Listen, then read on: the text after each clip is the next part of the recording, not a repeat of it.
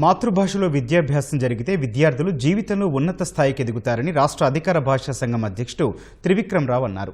కనీసం 10వ తరగతి వరకైనా విద్యార్థులకు మాతృభాషలో బోధన జరగాలని ఆయన ఆకాంక్షించారు. విజయనగరంలోని గీతాంజలి పాఠశాలలో నిర్వహించిన అంతర్జాతీయ మాతృభాషా దినోత్సవ వేడుకలకు ఆయన ముఖ్య అతిథిగా హాజరయ్యారు. మాతృభాషలో బోధన జరగకపోవడం వల్ల పిల్లల్లో విద్యాశక్తి తగ్గి చదువుకు దూరం అవుతున్నారని త్రివిక్రమ్ రావు విచారం వ్యక్తం చేశారు. వైవిధ్యం కలిగినటువంటి గొప్ప దేశం భారతదేశం. మాతృభాషలో విద్యాభ్యాసం జరిగితేనే, మాతృభాషలో ప్రాథమిక విద్య నేర్చుకోగలిగితేనే విద్యార్థులు తమ జీవితంలో ఎంతో ఎత్తుకు ఎదగలుగుతారు. అయితే దురదృష్టవశాత్తు 44% మంది విద్యార్థులు తమ మాతృభాషలో విద్య నేర్చుకోలేకపోతున్నారు. మాతృభాషలో బోధన జరగకపోవటం వల్ల వారు పాఠ్యాంశాలు సరిగా నేర్చుకోలేకపోవటం, దానివల్ల వారిలో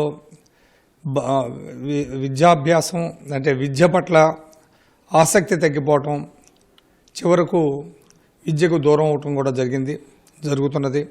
అందువల్ల మాతృభాషలోనే విద్యాభ్యాసం జరగాలి. మాతృభాషలోనే బోధన కనీసం 10వ తరగతి వరకైనా మాతృభాషలో బోధన జరిగినట్లయితే వాళ్ళు ఉన్నతమైనటువంటి స్థాయికి చేరగలుగుతారు.